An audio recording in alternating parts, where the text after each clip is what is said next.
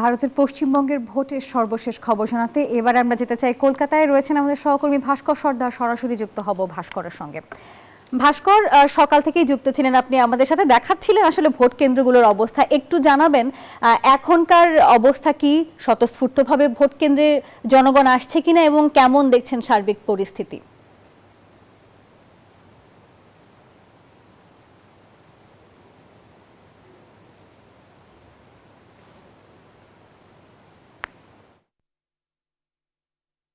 ধন্যবাদ নাফিসা। আমি তোমাকে বলতে চাই যে যেহেতু গণতান্ত্রিক উৎসব, কখনো বৃষ্টি কখনো রোদ, তার মধ্যেই কিন্তু পশ্চিমবঙ্গবাসী তার যে ভোটাধিকার প্রয়োগ করছে। বেলা বাড়তে বাড়তে মানে সকালে থেকে লোক কম থাকলো, এখন কিন্তু আস্তে আস্তে ভোটাররা আসতে শুরু করেছে। আমি আমার বক্তব্য রাখার আগে দুইজন দাঁড়িয়ে আছে নতুন ভোটার, এবারই ভোট দিচ্ছে। প্রথমবার ভোট দিলে কি বলবে? ভালোই লাগলো প্রথমবার ভোট দিয়ে, কোনো কোনো অসুবিধা হয়নি। রাজ্যে যখন একদিকে শাসক বিরোধী নারী নিরাপত্তা নিয়ে মানে উত্তাপ করছে, তখন তোমরা কি ভেবে ভোটটা দিলে? আমরা দিদিকেই চাই আবার। একেবারেই রাজ্যের মুখ্যমন্ত্রী মমতা বন্দ্যোপাধ্যায় চায়, মমতা বন্দ্যোপাধ্যায়ের পাড়ায়। তুমি কি বলবে?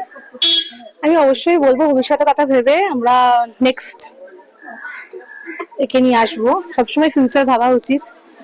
I am not first voter, ও ছোট, আস্তে আস্তে একেবারে একেবারে মমতা বন্দ্যোপাধ্যায় কাছে লাইন পড়েছে, আস্তে আস্তে মানুষ ভোট দিচ্ছে, ভোট দেওয়া শুরু করেছে। এই তথ্যই থাকছে আমার কাছে এখন পর্যন্ত।